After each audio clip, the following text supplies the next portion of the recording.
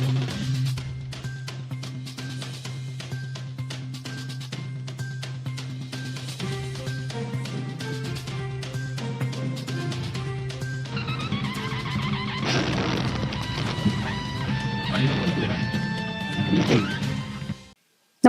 आपण पाहता हिरकणी न्यूज.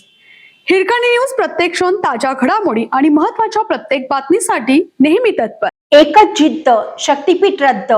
प्रास्ताविक महामार्गाविरोधात शेतकऱ्यांचा विराट मोर्चा. शक्तीपीठ महामार्गाविरोधात मंगळवारी दिनांक 9 रोजी शेतकऱ्यांनी एकच जिद्द, शक्तीपीठ रद्द अशा घोषणा देत शहर दणाणून सोडलं. दसरा चौक ते जिल्हा अधिकारी कार्यालय असा विराट मोर्चा काढत शेतकऱ्यांनी सरकारला थेट इशारा दिला.